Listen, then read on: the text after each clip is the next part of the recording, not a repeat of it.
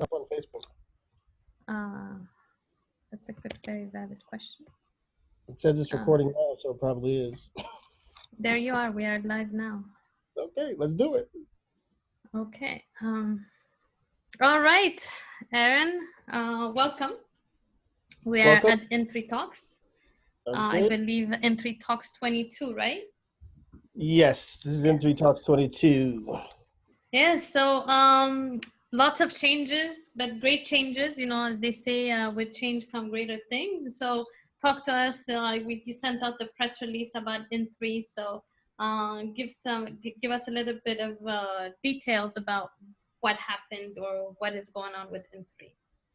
So we are going full steam ahead with online. The location at 2301 Georgia Avenue will be closing on November 15th. And that's really the big news. And so right now we're working on making sure the members find a new home, packing up our stuff, and getting ready for the next chapter with Inclusive Innovation Incubator. So, you know, you have been there at In3 for now 3 years. 3 years. What made you decide to close your doors and move everything online?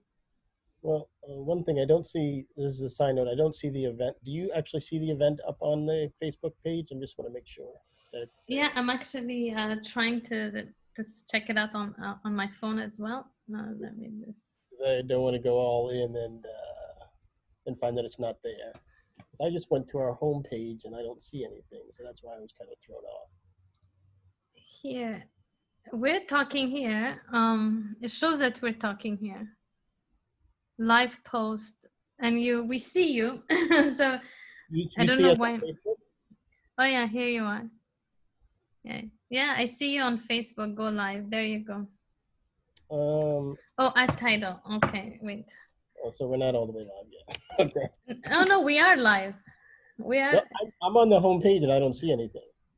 In3Talks. Unedited version. Unedited version. Because here's I don't know why I'm seeing myself on Facebook right now. Unedited Put the version. link in the chat here because I'm going to the In3 page, right? Because I'm assuming that people would go to see it, and I don't see anything on the In3 page. Let's see, view as visitor. Okay, go live. You're going live now. All right, now we're going. Okay, wait. Let's see. Can you check? Oh, now it says meeting is now streaming live on Facebook. So there you go. And now let's see if on the Facebook page. There you are. There we are. Okay, lovely. Okay, yes, okay, we are live. So now we go back to welcome In3Talks 22. Welcome, Aaron. Welcome. So In3Talks 22 is it's going to be one of the most interesting ones in a sense that you have some major announcement to make. So feel free to kind of jump on and make the announcement. All right, so the news is, for those who have not seen it, is that we are shutting down the physical location here on 2301 Georgia Avenue. We have been running programming online, but we're going all in online right now. We are moving out of the space. We're helping the members that are here who came back after COVID, transition out of the space. And we're ready to start a new chapter with Inclusive Innovation Incubator. I mean, we still believe that the work we were doing and still are doing is critical and important for the community and for the region. And, we're going to continue to find creative ways to, continue to do the work that we're doing. So why have you decided to transition everything online and that the physical location is no longer needed? Granted, there's COVID-19 and most places are still under social distancing and the many other restrictions, but can you give us a little bit more detail about it? Yeah, I mean, so for those who don't know the history of In3, we started out as a public-private partnership between Howard University and the mayor's office, specifically through DMPED. And the agreement was a 3-year agreement that would be reviewed at the end of the third year. We have reached the third year. The mayor's office, due to a bunch of issues, mostly driven by COVID, there was no longer funding to continue to support Inclusive Innovation Incubator, and that was just kind of the domino effect. And so from there, the relationship with Howard and leasing the space just wasn't, financially feasible, and so that kind of led to the obvious end of us being in this physical location. Um, the, the reality is, even when the mayor, we moved to kind of like the second phase of reopening, people just weren't coming back out again. I mean, you've seen the devastation already. I just saw last week that they said, 3 of the oldest WeWork co-working spaces here in DC have shut down. I saw an article yesterday because, since I was running In3, I started following the industry. There was an article saying like 1 in 5 co-working spaces will shut down. I mean, it's just clearly a contraction in the industry. People just simply aren't ready to go out to spaces like this anymore. So like I said, it just gives us an opportunity to focus on online programming, building out our online community, and honestly moving us closer towards kind of the In3 Nation concept that we started working on about this time last year, where we were trying to, extend our brand, extend our reach, extend our programming through online. And so now it's been accelerated. Yeah, so let's talk about this. We're gonna talk two major things. One is, of course, the transition online and how easy it is for you because you come from a tech background. So, can you give us a little bit more insight in terms of how your tech background allowed you to transition seamlessly all of your programming online? Can you give us a little bit more insight about that? Well, one thing was that because my other company, Clearly Innovative, we're a tech-based company. I'm also a person who's very comfortable with technology. Identifying technical solutions to move us online was something that we could do easily because we're just very comfortable with technology. Most of the materials for our classes that we offered were online materials, either through Google Docs, Google Slides. So it wasn't a mental leap for us to say, oh my God, what am I going to do? I need to be online. So we just transitioned pretty easily. I think the bigger challenge is, when we, back in March when we first did it, the bigger challenge was people accepting that this was the way, right? I think back then, some folks were like, oh, this will just be a couple of weeks and then, things will be back to normal. And so there was kind of like this half-hearted effort about really engaging in online platforms and trying to figure out how to make it work. I think people are starting to, settle in and realize, we got a couple more months of this. This is the way that people are communicating. This is the way that things are happening. This is the way people are learning. For those of us who have kids, I mean, this is what our kids are doing every day. So, I don't want to say adapt or die, but something very similar to that. It's like, we just got to figure it out. And as an entrepreneur, like, this is what it's about, right? Right.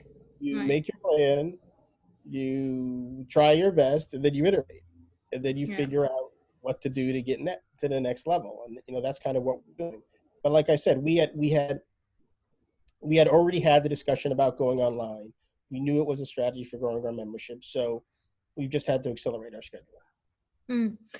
So, we talked about In3. I know many people may have questions, and we can take some questions eventually from Facebook because today we're actually streaming online, unlike all other In3Talks we've had in the past. So if you have any questions, ping us and we will make sure that you can ask your questions online.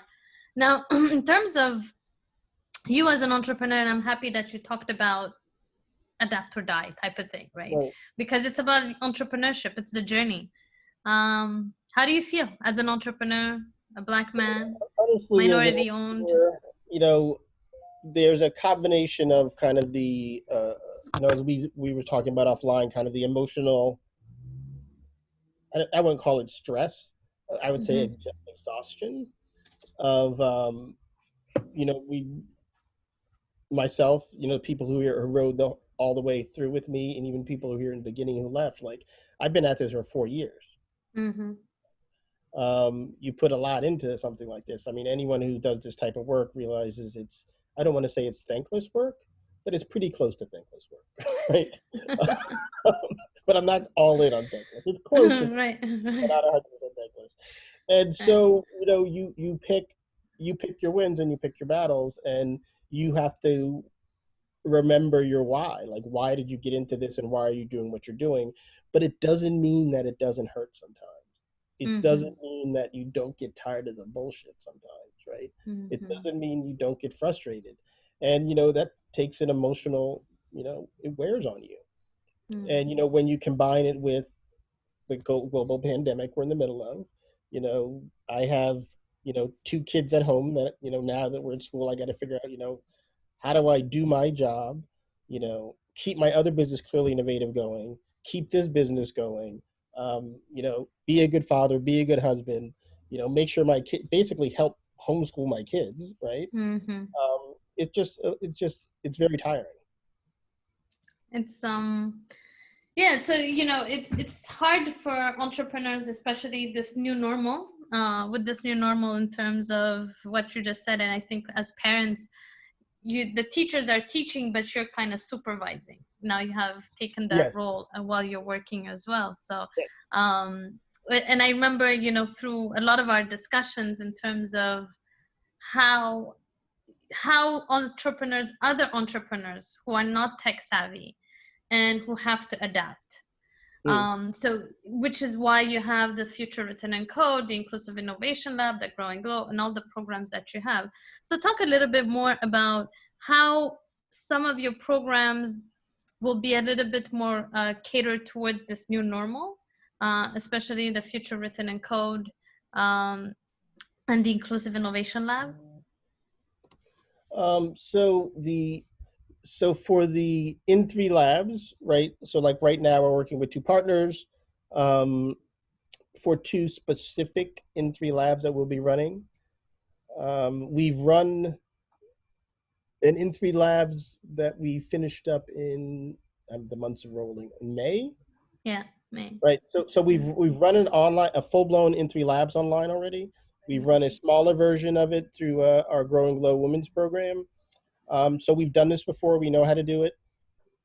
We learn from each one. We take our software, we're iterating through each sprint. Kind of, we learn our lessons and we kind of iterate to make it better. And we've run two coding classes online. We ran a Vue.js coding class online, and we ran a Unity game development class online. So we've run the classes online. I did a meetup online for that's related to our Clearly Innovative work, also online a couple of weeks ago. The interesting A couple of interesting learnings that I'm getting from it is that the I think I mentioned this to you. We didn't have a lot of people show up for the last meetup, but it's getting a tremendous number of views because I recorded it, right? Mm, So it's kind of it's funny if I think back to when the TiVo first came out, right? yeah.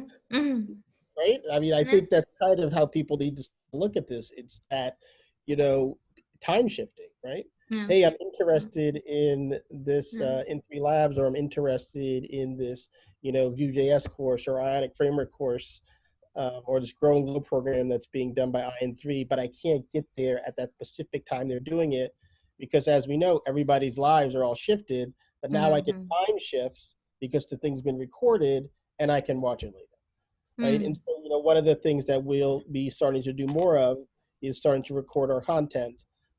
We still need to figure out how to monetize. Yeah. Indeed. It's still a business, Yeah. um, but we need to recognize that that's where we are today. And um, one of the things that I've said before to some of our entrepreneurs there, if people aren't buying your stuff, it's not their fault, right? That's right. you That's know right. so we need to find a way how to package our content, how to package our program and services in a way that people want to engage in it.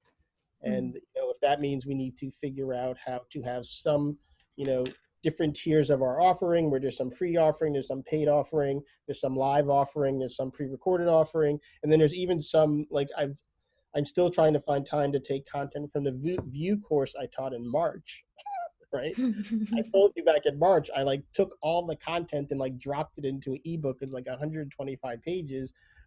And so like that's another potential offering, but I got to find time to edit all that content, clean up all that content and roll that out too.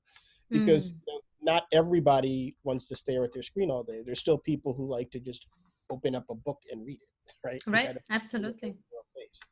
So, these are all, it's kind of a long-winded way to say that, we're still moving forward here in Inclusive Innovation Incubator. We still have plans to generate content, and we still have, intentions to make sure that we meet people where they are, because we know the struggles that a lot of small businesses are going through right now. Mm-hmm. So, in terms of the, one of the main things that has happened is basically you're taking all of your content and putting it online, making it available at any time of the day for someone to consume it. Because the reality of the new normal is that any consumer needs to have flexibility, be it from education perspective or tech perspective. So what do you see for yourself at this point, like as an entrepreneur? So now we're going to shift a little bit, instead of just focusing, but we want to hear the human side of your story, right? You as Aaron Saunders, CEO of Clearly Innovative, CEO of In3, president of Give In3, which is your nonprofit arm, who's been committed, dedicated to the underserved. Many people do not know your extensive tech background, that you are one of the first pioneers, as I would say, in the e-commerce industry.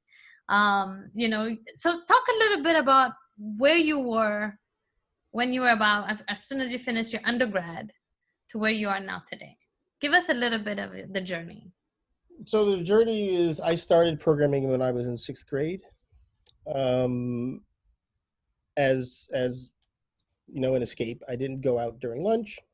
I sat in the library and I learned to program a computer. I entered a science fair, and I found I found my place, with the computer, and kind of learning and trying to understand that. For the old people who will see this later, my father bought me a Timex Sinclair. I had like the first Radio Shack computer you plugged into your into your TV, and so I've just been programming most of my youth and most of my adult life. It's just been something that I've always done. I tried to get out of it for a while, and I applied to business school. The idea was that I was going to get into finance and kind of be a big Wall Street dude. That crashed and burned horribly. I did get into business school. I went to NYU. I graduated NYU, got my degree with a focus on IT marketing and strategy. But I still just went back to tech companies, because that was the first .com, bubble. I was part of that up in New York City, programming all through that. Worked on DisneyStore.com, NikeStore.com, the first ToysRUs.com. Went to Europe and worked in Marks and Spencer's.com, and kind of bounced around the United States working on e-commerce solutions during that whole phase. After that, what ended that? Oh yeah, the 9/11 ended that. Right? So 9/11 happened, and I was working for an e-commerce startup in New York City. That got shut down. They let a bunch of people go. I transitioned to Time Warner Cable, and then through Time Warner Cable, I ended up here in the district. Moved over to Register.com, which is another interesting experience, kind of like a very large migration from like their original solution to a new Java. I believe that was a Java-based platform back then. Did my stint in government contracting, like most people in the district do. Most people in the district, one way or another, have had some journey, good or bad, through government contracting, and then eventually left and started Clearly Innovative, and then added Clearly Innovative through In3. So it's been quite an interesting journey, and I've seen a lot, and I learned a lot along the way. And I think that what happened was that after a while at Clearly Innovative, there was this kind of moment of like, what can I do? What is my purpose? Why do I have all this knowledge and information, and how can I give back? and get, I'm better at it now, but kind of, in the beginning it was just, hey, what can I do to give back? But now it's like, how can I give back and get paid? Right. Because, That's right. right, everybody's got to eat. Yeah, And so exactly. I'm still I mean, it's still a struggle that, Rahel, we talk about this often. It's still a struggle trying to find the balance of helping others, and still, running a business effectively, because at Yeah. the end of the day, this is still a business, right? Yeah. So that's what we try to do. So, it's I have a bunch of questions, but I'm going to try to. So, the entrepreneur in you, right? When you select the first question, clearly innovative. So you kind of left the job and you said, I'm going to start my business. So tell us, one, why you started, why you didn't go look for another job, but you said, I'm going to start this company, a tech company. And then how did you secure your first client? So interestingly enough, hold on, I'm just pushing this out on social media. Interestingly enough, the first client I had while I was still doing government contracting. Hold on, I'm now on Facebook. So what had happened was sorry now. What had happened was I was working and learning on how to be a mobile developer. And so I was investigating mobile development platforms. And the platform that I was investigating at the time was something called Accelerator Titanium, or Titanium Accelerator. I forget which one it was. Um, they were relatively new, and so I would go through the documentation and try to find an answer to my problem, and I couldn't find an answer to my problem. So then when I actually solved the problem, I started a blog. And I think, actually, it's been so long, I forget what the name of the blog was. But I would basically create a blog and post my solution. So then if somebody else looking for the problem, they could find it. And I was doing that and doing that and doing that. And then I would get people who would contact me and say, hey, thanks for the answer, or hey, I have this problem, can you help me? So I said, let me try something new. So basically what I said was, here's a PayPal account, put $100 in the account, and I'll give you an hour of my time. And then through that process, I made some money, got better at it. And then eventually someone said, hey, I have this project and I'm working with this other developer group and they can't do it. Do you want to take the project? And I was like, yeah, why not? And so I took a project on, and I could still manage the two. And then another project came along, and then another project came along. And this was while I was still doing my day job. And so that's when I first hired some contractors to start to work with me on these projects. And eventually Accelerator reached out to me and asked me, did I want to be what did they call it back then? An advocate or whatever. And so I got paid to kind of answer questions on their forum. I got paid to write blog posts about the content. And I figured, all right, there might be something here. This is my way out. And I finished up my government contract I was on, and I started Clearly. Well, Clearly Innovative was already started. I was the contracting firm that was the firm, that entity that I created to start doing my government contracting. And I just, started hiring staff under Clearly Innovative, and we focused 100% on web and mobile development. And kind of that's how we got into the space. So what made you start In3 from there? So In3 got started because we were doing a bunch of interesting things at Clearly Innovative that was focused on entrepreneurship, that was beyond the scope of a technology services firm. So we were spending a lot of time talking to people about their business problem, talking to them about kind of their marketing, talking to them about what they were doing for customer acquisition. First of all, doing a lot of it unpaid, and B, a lot of it just wasn't in the original mission of what we were trying to do, inclusive innovation. At Clearly Innovative. So that was one thing. The second thing was we had started doing youth programming, which also wasn't in the original charter of inclusive innovation. Of Clearly Innovative. And then we won a grant through JP Morgan Mission Main Street, and we were going to take that money to kind of create this separate entity that would focus on all the educational programming. And then around that time, that's when the mayor's office put out an RFP for someone to run a space. And we responded to the RFP, we won, and then we created an Inclusive Innovation Incubator. And then for the bazillionth time, Inclusive Innovation Incubator is not part of Howard University. Separate business entity. It is my brand, and that's why we're just moving In3DC Inclusive Innovation Incubator online. If it was owned by the university or if it was owned by the mayor's office, I would not be able to do that. So that I just want to make that point clear. So that's what we've done. And so how do you reconcile the journey now?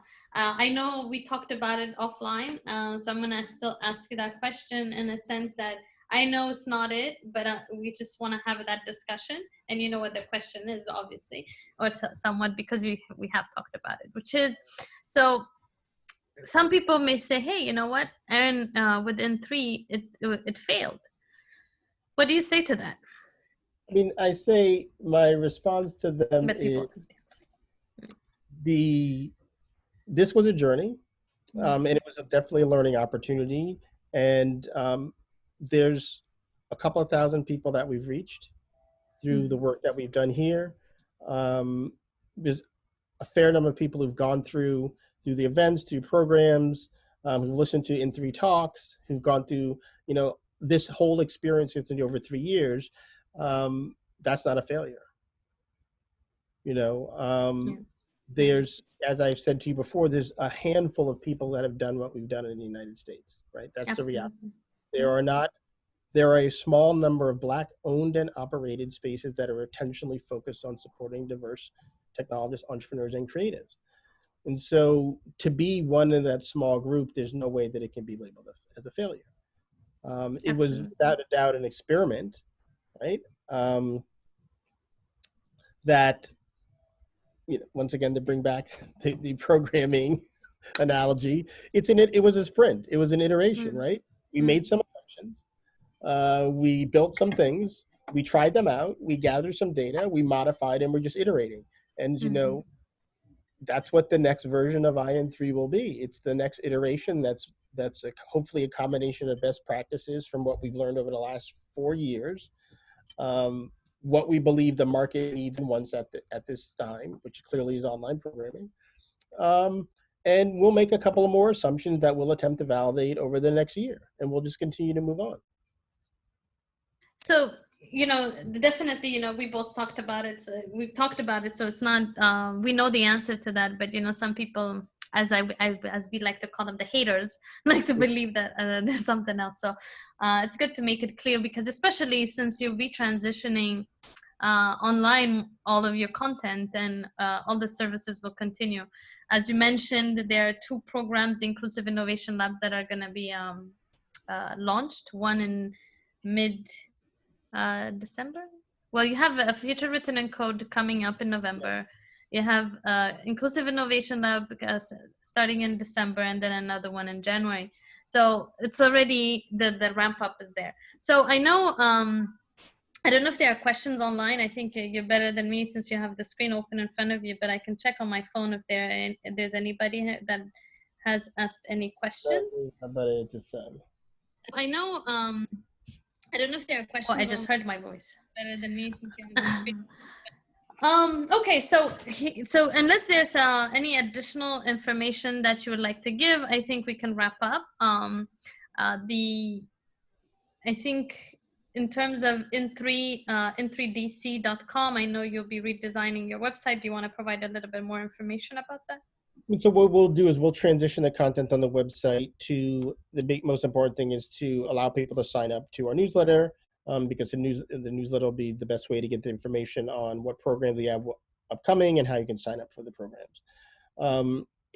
As I said, we will start to figure out what our strategy is going to be for recorded content, what's going to be on the website versus, what will drive people to our YouTube channel. We will probably also, have to put together some surveys to try to, figure out how to best, what's the word I'm looking for, target what types of programming people are needed so that we can have specific emails and specific offerings going out to you. So if you're interested in futures written in code, we can make sure that you're getting the futures written in code content and not getting some of the other content. But the important thing is that, we don't, but we believe that we were successful. We believe that there's still a need for type of programming that we're offering in this community.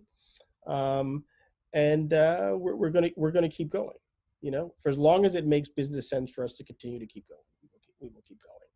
As I Knowing know, you, Aaron, you will keep on going and doing this underserved, making sure that there are programs for the underserved, part of your business model till the God forbid, but as everybody's gonna knock at that door until until you retire, I'm assuming. I mean, the thing is that it's my hope is that the community overall, continues to find a way to support programming like In3. There are small business owners. There are Black and brown founders and entrepreneurs that are still struggling.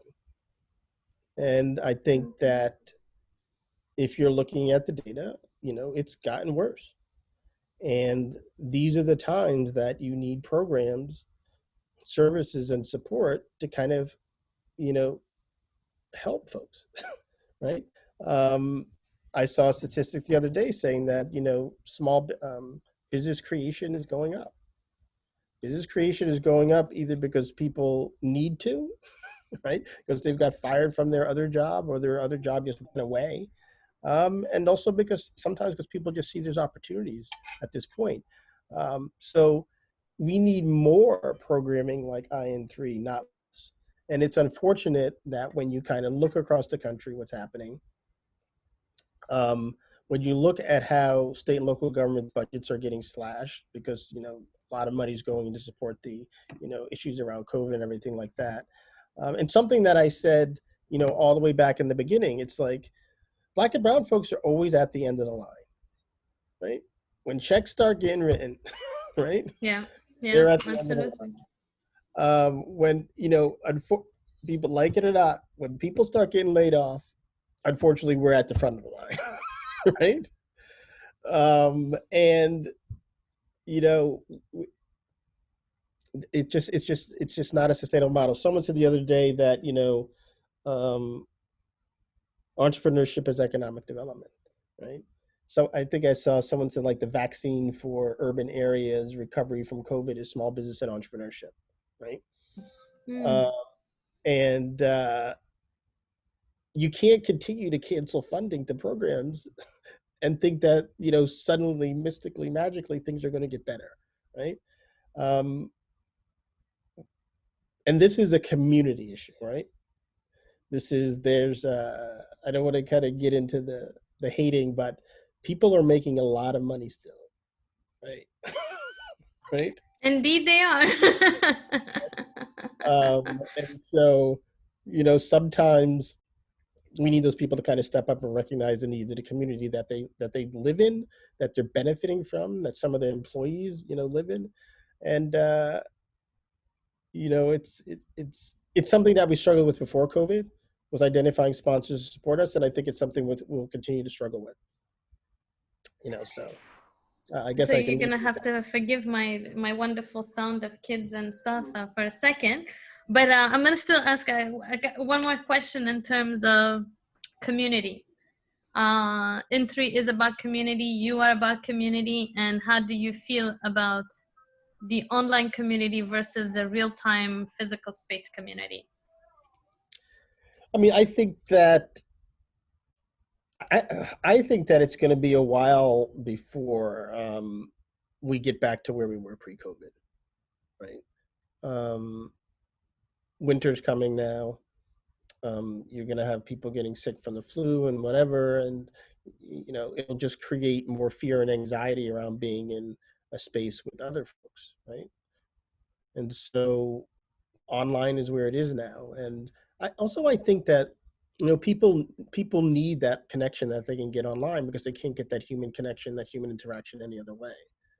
And so I think it's important that, because like you said, if we're here to support the community and that's where the community is, then, we need to be there providing programs. So can we talk about a little bit about connectivity and accessibility as well, because that was one of your concerns. Yeah, I think the COVID shined the light. I don't even know the right Showed. showed the light. Um, just this digital divide that everybody kept saying didn't exist, right? When you found out that all these kids could not get online for their classes because they didn't have internet access at home, let alone computers at home. And that's one of the challenges to the programming that we want to offer, right? If it's online, it's like you got to have internet access at home. You have to have a decent computer at home, right? Or you're streaming this stuff on your phone, right? So, I mean, there's still a set of challenges that exist around there, that hopefully the country as a whole is learning through this process. That these are the same way how it's shown the light on the disparities that existed in the healthcare industry. Who had access to appropriate healthcare when COVID hit? What communities got devastated the most, right? Hopefully there's some lessons learned and there's things that are done to address that, the same way that hopefully there's lessons learned about who actually has internet access and who doesn't, and what can we do to address that. There's some things that will never go back to the way they were before. I think that online programming, online training, reaching out to people online, I think is something that's going to be around for a while. And, so this issue of, lack of access to digital, lack of access to web and internet is something that needs to be fixed. So as we're wrapping up, what would you like to say? What would you like to say to the audience, to your followers, to the community? And then obviously everybody, we invite them to go on in3dc.com, and the website will be redesigned. So if you have any last comments, and then perhaps kind of as always, indicate where they can find you on social media. So the last comments are that, is that for the folks who have followed us, the folks who know the work that we do, we're still here. We're always open to get input and feedback. One of the things that I've said to Val before that I miss is, before we would just get random drop-ins. And through the random drop-ins, you start to get a pattern and you start to see what the needs are. And then you could say, hey, we need to create some programming for this because we keep hearing this repeatedly, or this topic comes up when we have events, right? So we need a way to kind of get that same sort of interaction and energy, without, the events in person, which we don't have. And we can have a conversation about this later because both Pal and I are on Clubhouse now. And we're going to try to figure out some interesting things that we can do on Clubhouse as a way to kind of get that, bumping into each other in the hall and exchanging ideas and information, which help generate, new programs and services that we can offer. And so, I mean, if just nothing tell else, them a little bit about what Clubhouse is. Sorry. Oh, sorry. Clubhouse is an online platform that's invite only. But as I found out, it's not that hard to get an invite. You can just go and sign up for Clubhouse. You get put on the wait list. And then if someone that you know who's already on Clubhouse, or someone that might know you who's already on Clubhouse who has an invite, they can just invite you and then you're in. And then you get invites and then you can invite people. And then they have the concept of rooms that can be around specific topics, and you can have chats and you can invite people in, you can invite guests in. It's just a way to me, it's another way to connect and interact at this point. I'm relatively new to it. I just got on yesterday or the day before, and I'm still learning. We're trying to figure out some interesting program that we can put online through In3. So that's another thing, stay in touch. I'll talk about that more on my social media and on our blog posts. And that's a good transition to where you can find us. So all Inclusive Innovation Incubator can be found everywhere at IN3DC. So that's on Facebook, Twitter, Instagram, and also YouTube. I can be found at Aaron K. Saunders on Facebook, Twitter, Instagram, and YouTube also. Lovely. So thank you, Aaron. I think if I may, I will say thank you on behalf of the community for taking the leap and starting In3DC. I think In3DC was a stepping stone for many entrepreneurs that we both know. It has served as a community gathering space, a co-working space, an education space, a technology and startup space. And like you said, you've had so many youth coming through, youth and at different ages as well, but coming through the door, and you're talking to them and giving them all this knowledge. I think was also a space for intellectual discussions, be it in specific technology space or other issues. So we do look forward to seeing you on in3dc.com, and then I think we will do more of these Facebook Lives, I think as an In3 Talks, and we'll continue the In3 Talks as well. I believe you have the Future Written in Code that is going to be starting soon, the Inclusive Innovation Lab, and all the rest of the programs that will be available. So thank you, Aaron. Thank you for everything that you have done for the community. Thank you. The physical space is one thing, but it's a blessing to be able to transition, because not a lot of businesses have been able to do that with COVID. Yes. Thank you. So Thank you, everyone. pleasure. Have a nice one. Yep.